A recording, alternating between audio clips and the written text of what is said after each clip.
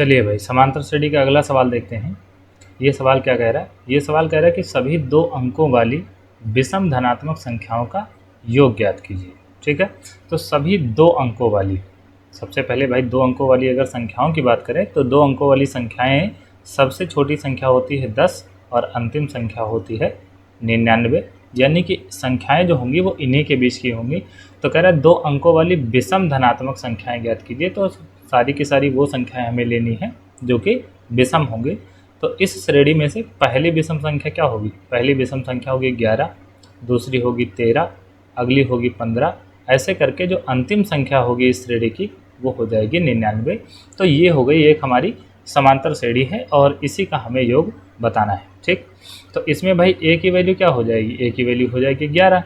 और अगर डी की बात करें, जो सर्वांतर होगा वो क्या होगा? तो ये सभी संख्याएं भाई 2-2 के अंतर पे हैं, तो यहाँ पर डी हो जाएगा 2। और अंतिम पद की अगर बात करें ए एन, या फिर जिसको हम एल भी कहते हैं, इसकी बात करें तो ये हो जाएगा 99। अब भाई कुल संख्याएं कितनी होंगी?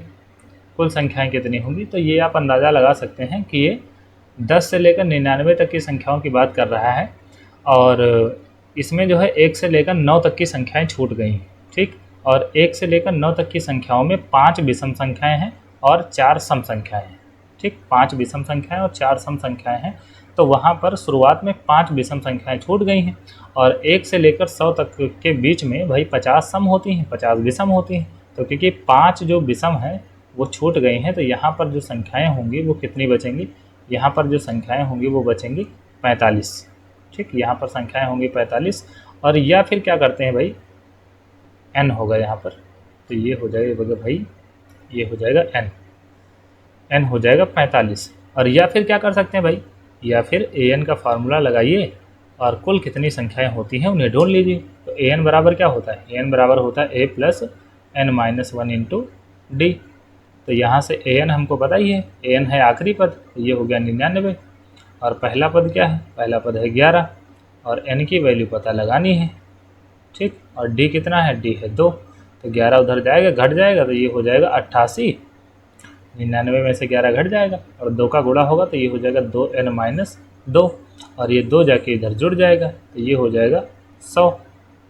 ठीक, नहीं, ये हो जाएगा 90। 100 कैसे हो जाएगा भाई? ये हो जाएगा 90, 2 जाके उधर जुड़ेगा, 88 में 90, तो यहाँ से 2n बराबर हो जाएगा 90। और n बराबर कितना आ जाएगा? n बराबर आ जाएगा 90/2, यानी कि 45। ठीक, तो चाहे आप ऐसे निकाल सकते हैं, चाहे आप अंदाज़ा लगा सकते हैं, लेकिन अंदाजे वाला काम थोड़ा सा खतरे का हो सकता है। तो अब भाई हम पता लगाते हैं श्रेणी का सम। तो Sn बराबर n/2 a प्लस l। तो भाई n की संख्या कितनी आई? 45, तो ये हो गया 45/2। और अगर श्रेणी के पहले पद की बात करें तो ये है 11 और अंतिम पद क्या है भाई? अंतिम पद है 99। तो 11 में 99 जुड़ेगा तो कितना हो जाएगा भाई? ये हो गया 45/2 गुणे, ये हो जाएगा 110। फिर 2 से काटेंगे तो ये हो जाएगा 55। और 55 का जब हम गुणा कराएंगे तो 25 और 5 चौको 20, 20 2 22, तो 225, यानी कि 5 और 5 2 7 और ये 4 और ये हो गया 2475। तो श्रेणी का जो सम है वो आ गया 2475।